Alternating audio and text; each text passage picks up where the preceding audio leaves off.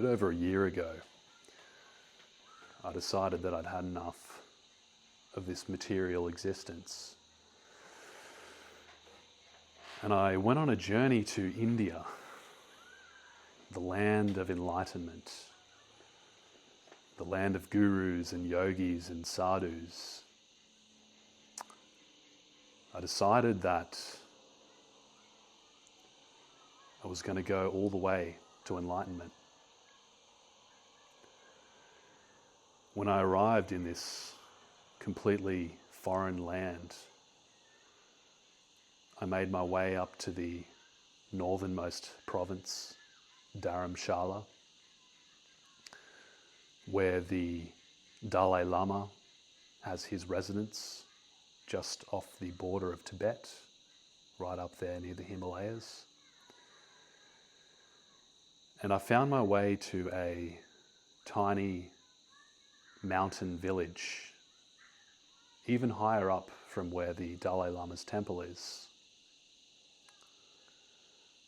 And this place was very special. This place was mystical. A tiny village, a few cafes, a few restaurants, and a few guest houses. And right at the top of this village, on one of the tallest mountain peaks in the area, was a small guest house, very simple.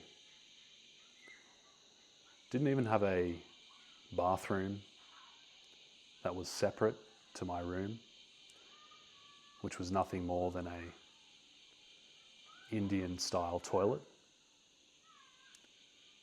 a hole in the ground that you would squat on and take care of business.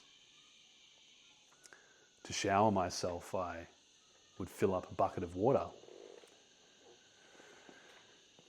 and pour this cold water all over myself every day.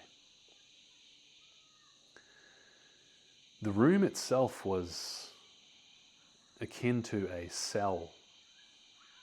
Bare walls, one small window, barely letting in enough light to illuminate anything that I wanted to read in my small room.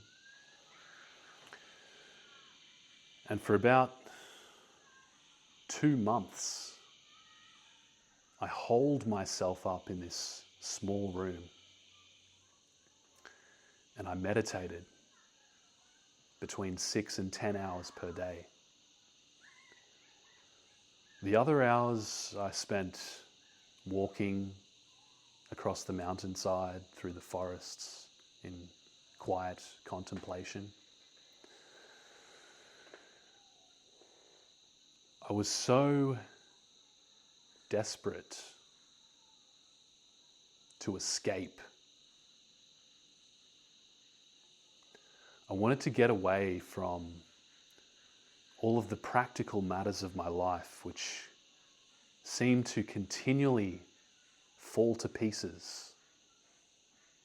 My relationships, my business ventures, my money-making avenues, whether they were jobs, contracts, or entrepreneurial ventures. They all seemed to wind me up in the same place of pain, frustration. And so I told myself the answer was to transcend, to rise above this physical existence, to become enlightened. Now, what I began to realize after I'd been in this village for 2 months was that my aura became exceptionally strong. You see, when you turn within with such intensity of focus and you begin to sit with your darkness,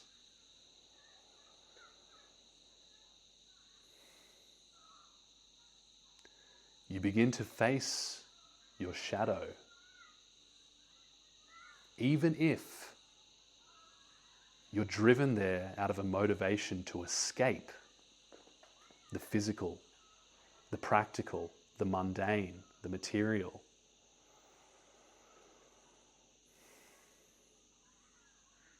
You will begin to realize your greatness.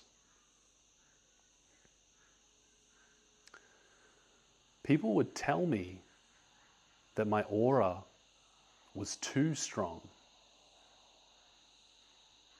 I had a young Indian man say that he could feel my aura from meters away, and he said it was too intense, it was too strong, he couldn't deal with it. Many different people commented on the presence that had begun to manifest in and about me. Now, at this time, I was using hashish almost every day.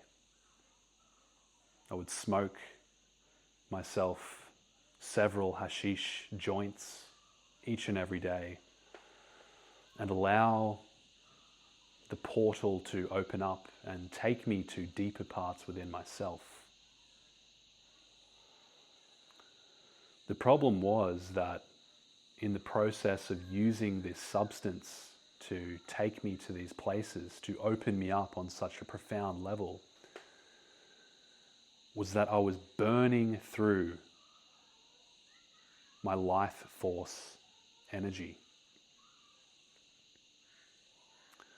So while I was opening up, releasing demons, facing shadow, expanding my aura, expanding my electromagnetic field, I was eroding the foundation of that power.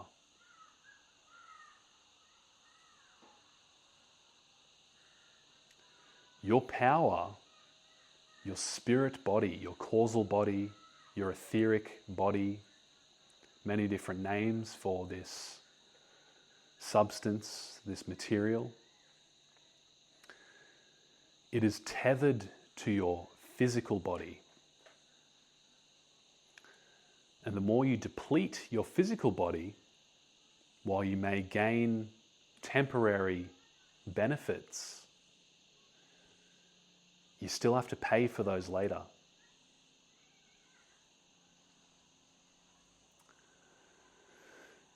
Now, another aspect of this journey was that I still had these desires within me, these very strong desires that I was unable to fully surrender through the experience of just sitting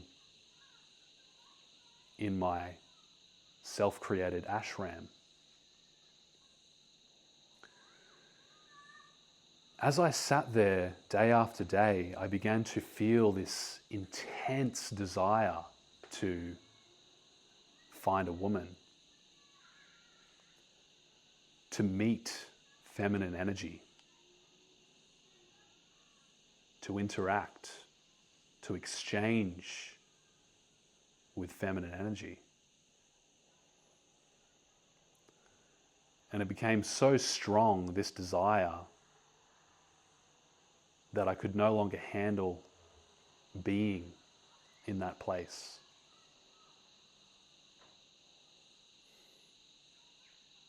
And so I left. And I started to travel around the northern aspect of India, going to different villages, and I started to meet different women. And I found that women were very attracted to this intense energy that I'd cultivated. I seemed to just suck them into my field without effort, without game, without really doing much of anything. Now, at this time, I was retaining, I wasn't spilling my essence, but I wasn't practicing purity of mind.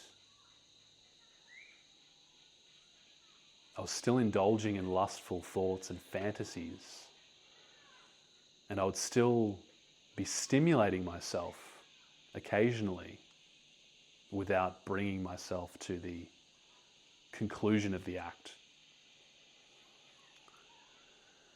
But even still, with the amount of meditation I was doing,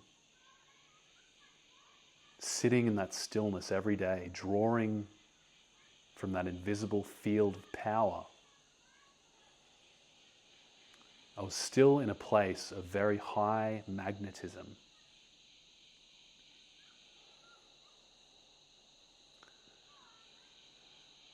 And what I found was, when I did have sexual experiences, the energy of the experience was so intense and so deep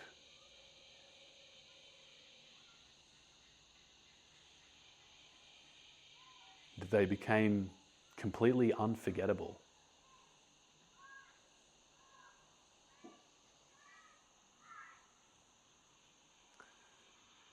This is the level of energy which we all contain, which is awaiting cultivation, awaiting collection, waiting for you to allow it to build up, to rise, to circulate, to innovate, to fill the empty places in your life, to bring balance, to level the tall mountains and to fill the valleys so that you become whole.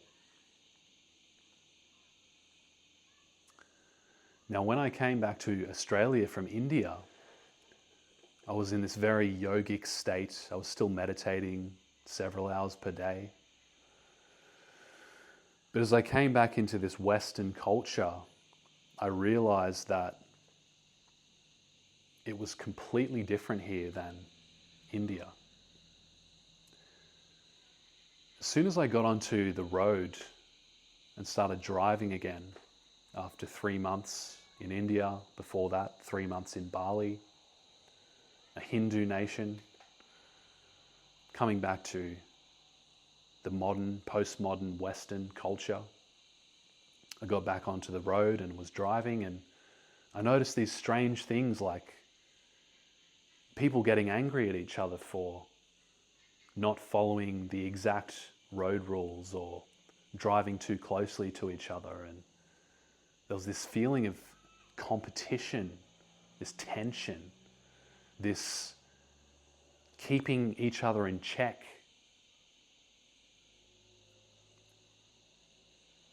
Which I'd forgotten about.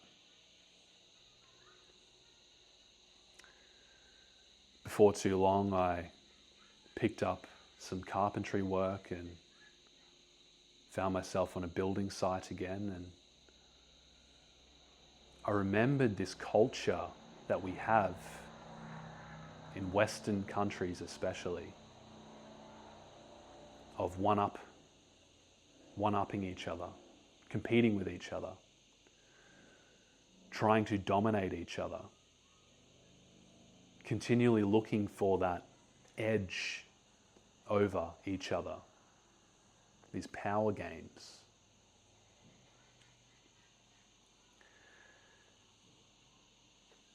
And I realized that I didn't fit anymore, which was very uncomfortable. And being in that setting became so uncomfortable that unconsciously I started to take on these behaviors again. just for the sheer sake of harmonizing with my environment, not sticking out. And so I started acting more like that, more competitive, more hierarchy focused, more concerned with power dynamics, trying to climb this arbitrary ladder that we create, that we project. And before too long, I started to look at my body and I realized I was so dissatisfied when I compared myself to others.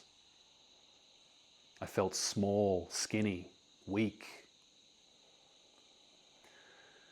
And so with my newfound yogic discipline, which I'd cultivated during my time in India, I hit the gym. I didn't just hit the gym, I became obsessed with training. Now, if you want evidence of how quickly I progressed, you can see some of my shorts from earlier this year. But essentially, I began to eat 5,000 calories per day, mainly consisting of red meat. That's about 1.5 kilos of steak. I would just buy these big shoulders of blade roast and cut it into steaks and cook it. I'd eat about 1.5 kilos of sweet potato and half to a full stick of butter every single day. And within 12 weeks, I gained 30 kilograms. Now, I'm not sure how many pounds that is, but it could be somewhere in the vicinity of 50. Someone can comment below if they know the conversions on that. 30 kilos in 12 weeks, 3 months. I was hitting it so hard. Training like a beast, eating like a beast. I gained all this mass, most of which was muscle. I got my bench up to about 150 kilos. That's my all-time peak. I was deadlifting over 200, squatting over 200. I belt squatted over 500. Just completely animal mode. Now, one day when I was with my girlfriend at the time, we went away for a weekend. We were having a very beautiful time together, making love. I was retaining, but I got so carried away in the experience that I slipped up and I released. And I remember at the time, I'd been going pretty strong with a couple of slip-ups, but for the past almost year, I'd been going very strong. Merely from the physical aspect. I'd still been thinking a lot of lustful thoughts. I'd still been engaging in a lot of mental fantasy, but I remember at this moment when that happened with my girlfriend, I felt my energy just fall through the floor. And by this time, I'd built up a lot of sensitivity to my energy. When you're in the early stages, you can kind of brush these things off like nothing's really changed. But as you progress further and further, you really notice when things change. The following week, I got sick. I got so sick that I had to stay home in bed for a week. I barely ate a thing for a whole week. Made myself a bit of vegetable broth, soup, mostly just liquid. And in 1 week of being bedridden, I dropped about 10 kilos of muscle, of mass. Maybe there was a few kilos of fluid in there, but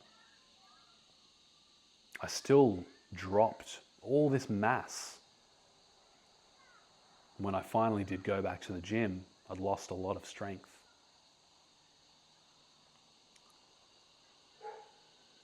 Now, I'm not saying that was purely because of the act of releasing. But what it showed me was that I was way out of balance.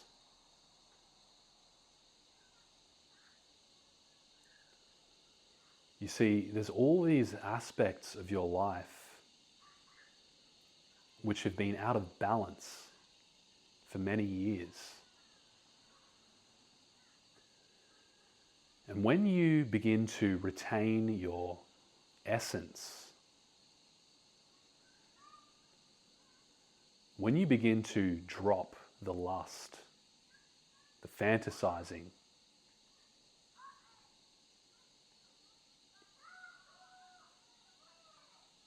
the obsessing with female bodies, validation, attention,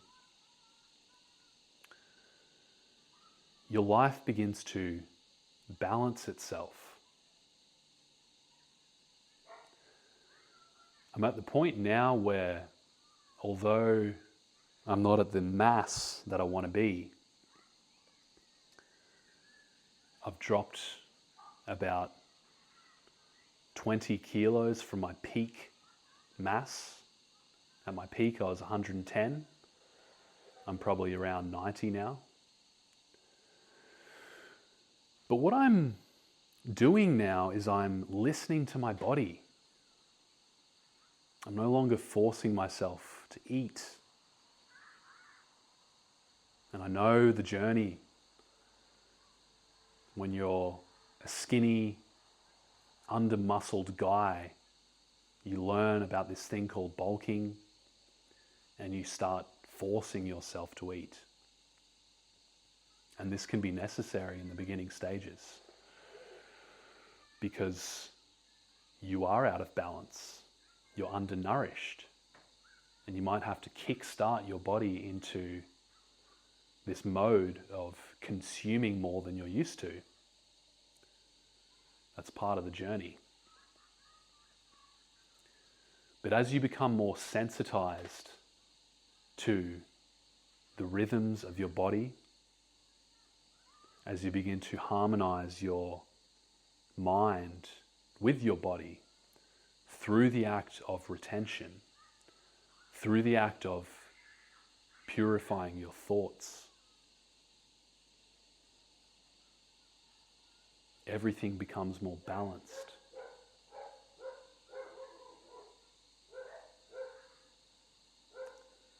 So now, I'm not eating the foods that I think I should eat. I'm not eating according to macro targets. I was doing that for a long time. Now I'm eating what my body tells me it wants to eat. I'm eating the portions which my body wants to eat. And right now what that looks like is I'm eating a lot of fish and fresh vegetables. Actually, it's a formulation which comes from my Samoan lineage called oka, my favorite food. Marinated raw fish, which is soaked in lemon juice, coconut cream, and mixed with chopped vegetables, tomato, cucumber, celery, spring onion, heavily salted, absolutely exquisite. This is what my body wants to eat. And as you begin to connect more with this inner intelligence, this inner intuition, you're going to find that these programs of what you should be doing in your training, in your business or career situation,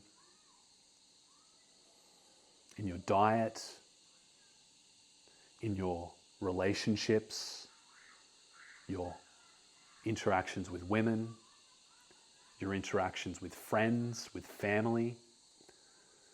All of the programs that are associated with this stuff are going to come into question. You're going to have the opportunity to shed them and begin to operate on a level of intuition.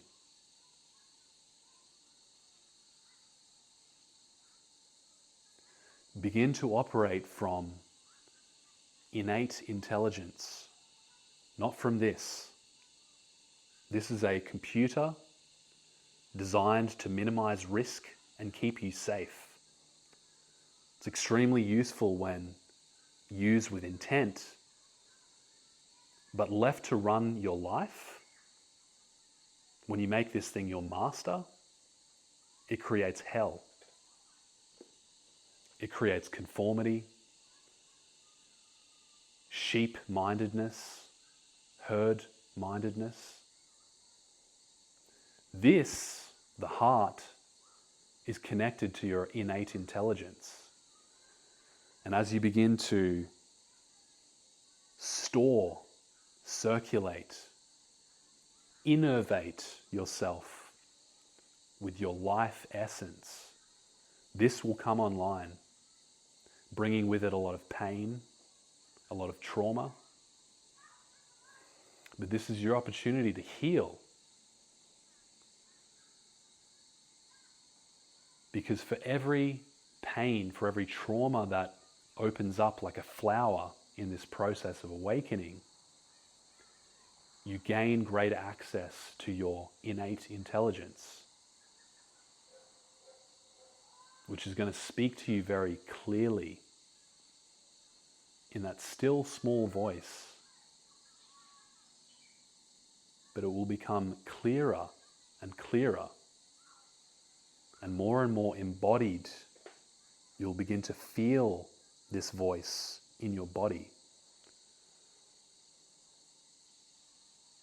And it's going to tell you what to do, when to do it, how to do it.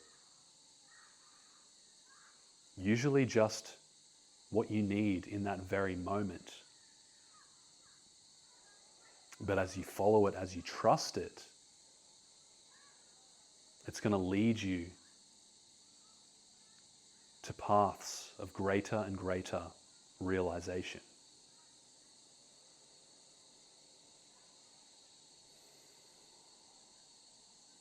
It's going to collapse timelines. It's going to match you up with opportunities that, when operating from here, you would never find. It's going to connect you with people in a synchronistic manner that are going to take you to the place that you need to go in a very short order of time.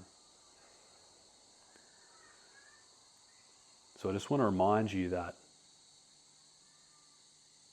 what you expect is the right thing to do, what you think is the right thing to do, is often coming from your programs.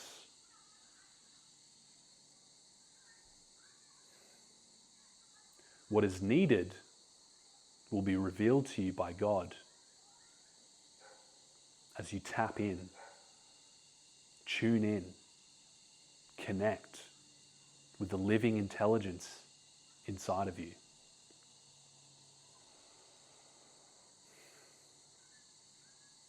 Stay strong, my brothers.